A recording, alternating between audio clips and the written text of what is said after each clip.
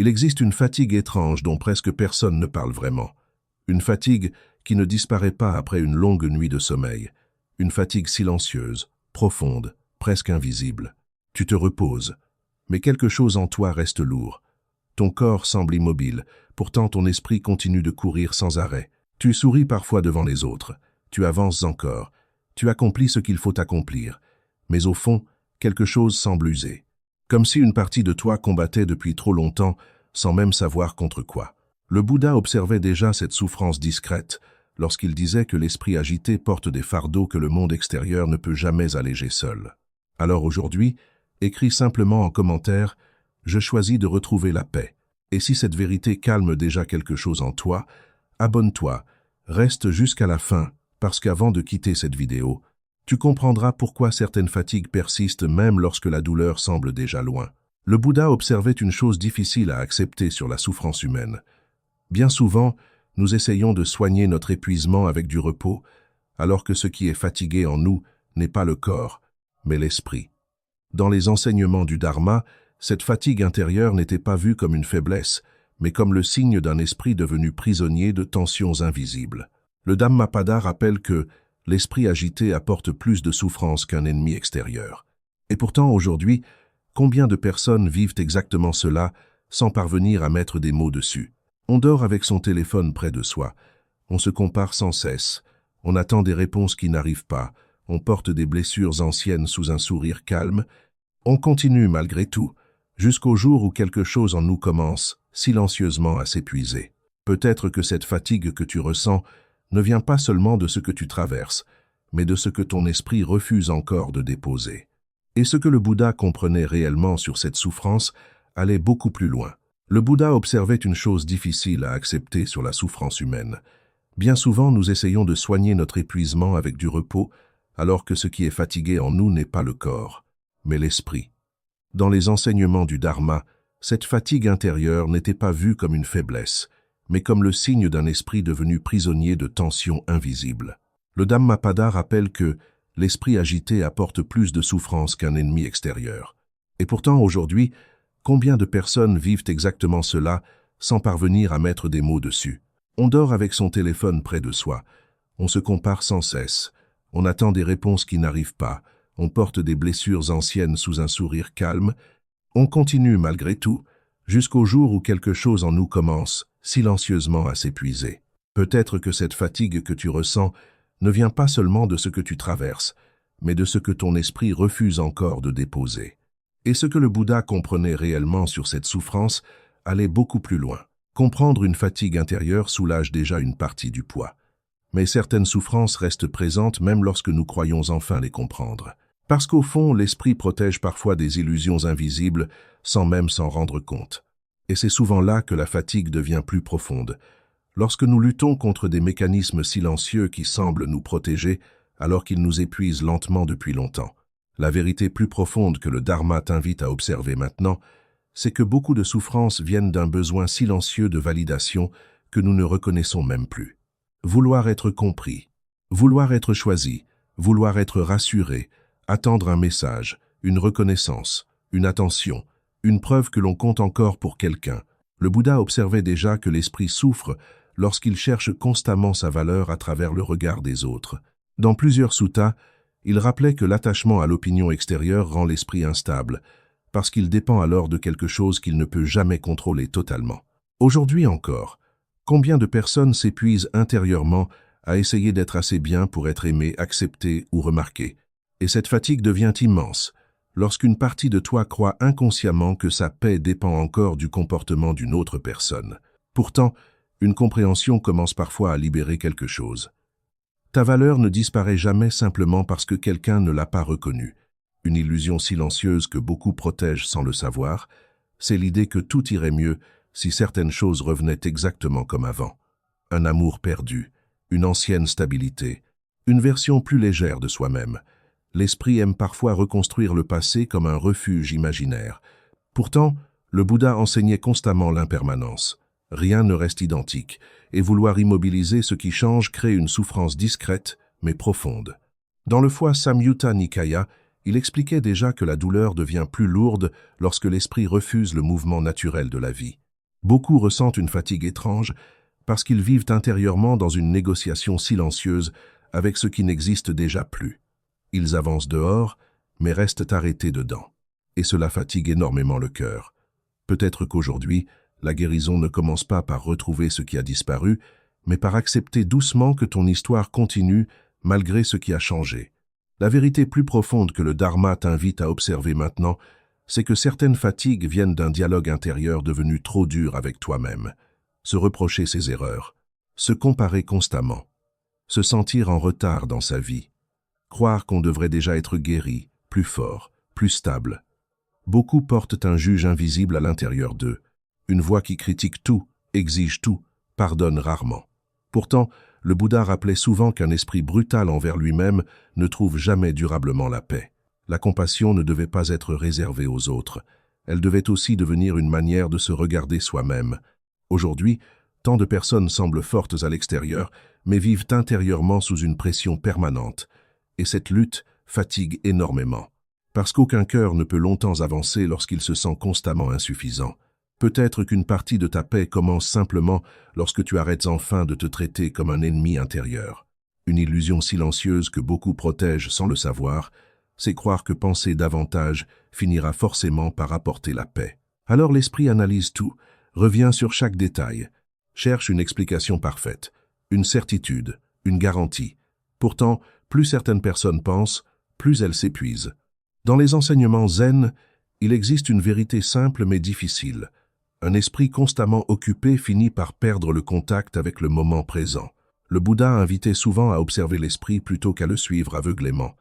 Parce que toutes les pensées ne méritent pas d'être nourries, aujourd'hui beaucoup confondent réflexion et rumination. Elles pensent chercher des réponses, alors qu'elles alimentent parfois seulement leur propre agitation. Dis-moi honnêtement en commentaire, quelle pensée revient le plus souvent troubler ta paix intérieure? Parce que parfois, le premier soulagement commence lorsque tu comprends qu'une pensée répétée n'est pas toujours une vérité.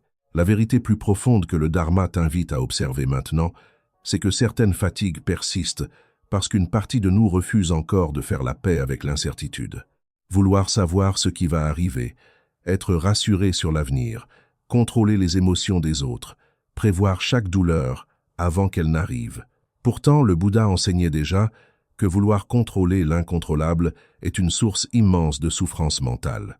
Dans le foie Dhammapada, il rappelait qu'un esprit serein apprend à marcher avec l'inconnu plutôt qu'à le combattre sans fin. Beaucoup de personnes vivent dans une vigilance émotionnelle permanente, comme si elles devaient toujours anticiper le pire pour se protéger. Mais cette tension fatigue profondément. Et parfois, une étrange liberté commence lorsque tu comprends enfin ceci. Tu n'as pas besoin de tout savoir pour commencer à retrouver la paix intérieure. Comprendre une fatigue intérieure apaise déjà quelque chose, mais il existe une différence immense entre reconnaître une blessure et apprendre à vivre autrement avec elle. Parce que certaines souffrances ne disparaissent pas simplement grâce à une prise de conscience. Elles demandent un nouvel espace intérieur, plus calme, plus conscient, plus doux. La première pratique intérieure que tu peux commencer aujourd'hui, c'est apprendre à t'arrêter quelques minutes chaque jour sans distraction, pas pour fuir le monde, pas pour devenir parfait intérieurement, seulement pour observer ce qui vit encore en toi. Le Bouddha enseignait souvent qu'un esprit observé devient déjà un esprit moins prisonnier de lui-même. Pourtant, cela semble difficile aujourd'hui, parce que le silence fait parfois peur. Dès que tout ralentit, certaines pensées remontent, certaines douleurs réapparaissent. Beaucoup préfèrent alors remplir chaque instant. Téléphone, bruit, travail, distraction constante. Mais un cœur épuisé ne guérit jamais dans un mouvement permanent. Alors essaye ceci. Quelques minutes de silence, sans musique, sans écran, juste toi et ton souffle. Au début, cela semblera inconfortable. Puis quelque chose commencera doucement à s'apaiser. Parce que parfois, la paix intérieure ne se trouve pas. Elle réapparaît lorsque le bruit cesse enfin. La seconde pratique intérieure que le Dharma t'invite à expérimenter est d'apprendre à observer une pensée sans immédiatement lui obéir. Beaucoup souffrent non parce qu'ils pensent trop, mais parce qu'ils croient chacune de leurs pensées.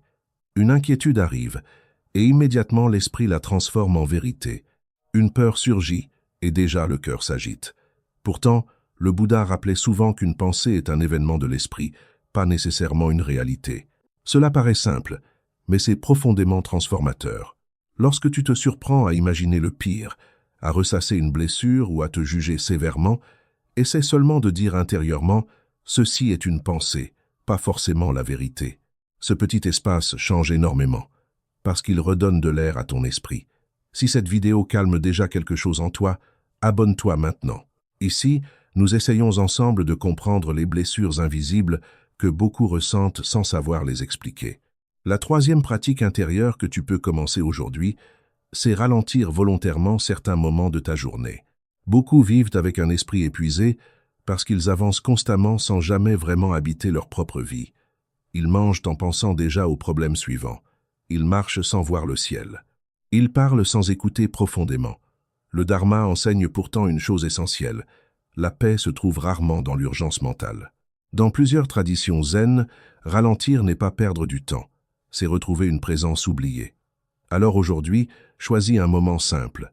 Boire un café, respirer quelques instants, marcher lentement, regarder le ciel sans chercher à produire quoi que ce soit. Cela paraît presque insignifiant.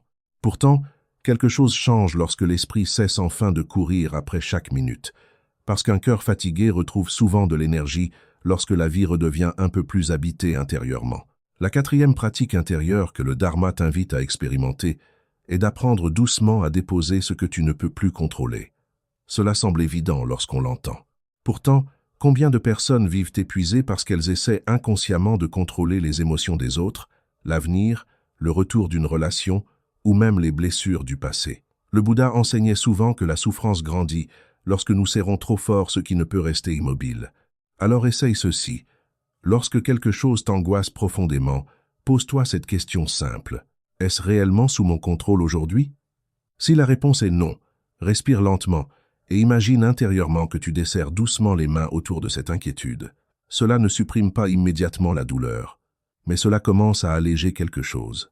Parce que parfois, la guérison commence lorsque tu arrêtes enfin de porter seul ce qui n'a jamais dépendu entièrement de toi.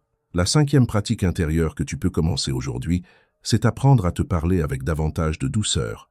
Beaucoup vivent avec une fatigue invisible parce qu'ils se battent intérieurement toute la journée. Ils se jugent, se reprochent leurs erreurs, se comparent constamment aux autres. Pourtant, le Bouddha rappelait une vérité simple. Un cœur constamment en guerre avec lui-même ne trouve jamais durablement le repos. Alors observe la manière dont tu te parles lorsque tu traverses une période difficile. Dirais-tu ces mêmes mots à quelqu'un que tu aimes profondément? Dis-moi honnêtement en commentaire. Quelle émotion fatigue le plus ton esprit aujourd'hui? Parce que parfois, une transformation silencieuse commence exactement ici, au moment où tu décides enfin de devenir un refuge pour toi-même, au lieu d'être ton propre poids intérieur. Et maintenant, avant de quitter cette vidéo, j'aimerais simplement que tu ralentisses un instant. Respire doucement. Relâche un peu ce poids invisible que tu portes peut-être depuis longtemps. Souviens-toi de cette fatigue du début, celle que le repos ne semblait jamais vraiment guérir. Peut-être qu'aujourd'hui, tu comprends enfin quelque chose d'essentiel. Parfois, ce n'est pas ton corps qui est épuisé, c'est un esprit qui lutte depuis trop longtemps sans repos intérieur. Alors, reste encore un instant avec toi-même. Si tu ressens cette fatigue intérieure depuis longtemps, je veux d'abord que tu comprennes une chose simple, mais importante. Tu n'es pas faible, tu n'es pas brisé, et tu n'as pas échoué à vivre. Beaucoup de personnes portent un poids invisible sans même savoir comment l'expliquer. Elles continuent d'avancer. Elles travaillent, sourient parfois, parlent normalement. Mais à l'intérieur, quelque chose semble constamment fatigué. Une inquiétude qui revient sans cesse, une tristesse silencieuse, un attachement qui refuse de partir, une peur de l'avenir impossible à calmer totalement. Et lorsque cela dure longtemps, on finit parfois par croire que cette lourdeur est devenue notre manière normale d'exister. Pourtant, le Bouddha rappelait une vérité profondément humaine. L'esprit souffre davantage lorsqu'il refuse de voir clairement ce qu'il porte encore. Peut-être qu'aujourd'hui, tu peux simplement t'autoriser à observer ton cœur avec un peu plus de douceur, pas pour tout résoudre immédiatement, pas pour tout comprendre d'un coup, seulement pour reconnaître ce qui demande encore à être apaisé. Alors respire lentement. Relâche un peu ce besoin de tout contrôler. Laisse partir, au moins pour aujourd'hui, cette obligation d'être fort en permanence. Certaines choses prendront encore du temps. Certaines blessures auront encore besoin de silence. Mais cela ne signifie pas que tu es perdu. Et voici peut-être la vérité, que cette fatigue essayait silencieusement de te montrer depuis le début. Parfois, ce qui épuise le plus ton esprit n'est pas la douleur elle-même, mais la lutte constante contre ce que tu ressens encore. Et la paix commence souvent au moment exact où tu arrêtes enfin de combattre intérieurement ce qui demandait simplement à être compris. Aujourd'hui, quelque chose s'est peut-être légèrement déplacé en toi, pas forcément une grande transformation visible. Parfois, les changements les plus profonds commencent dans un silence presque imperceptible, une compréhension nouvelle, une tension un peu moins lourde, une respiration plus calme, et cela compte davantage que tu ne le crois. Si cette vidéo a mis des mots sur quelque chose que tu portais depuis longtemps sans parvenir à l'expliquer, abonne-toi à Silencia, le temple intérieur. Ici, nous essayons ensemble de comprendre les blessures invisibles de l'esprit avec douceur, lucidité et profondeur. Et rappelle-toi toujours ceci, la paix ne commence pas lorsque toute souffrance disparaît. Elle commence souvent le jour où ton esprit cesse enfin de se battre seul contre lui-même.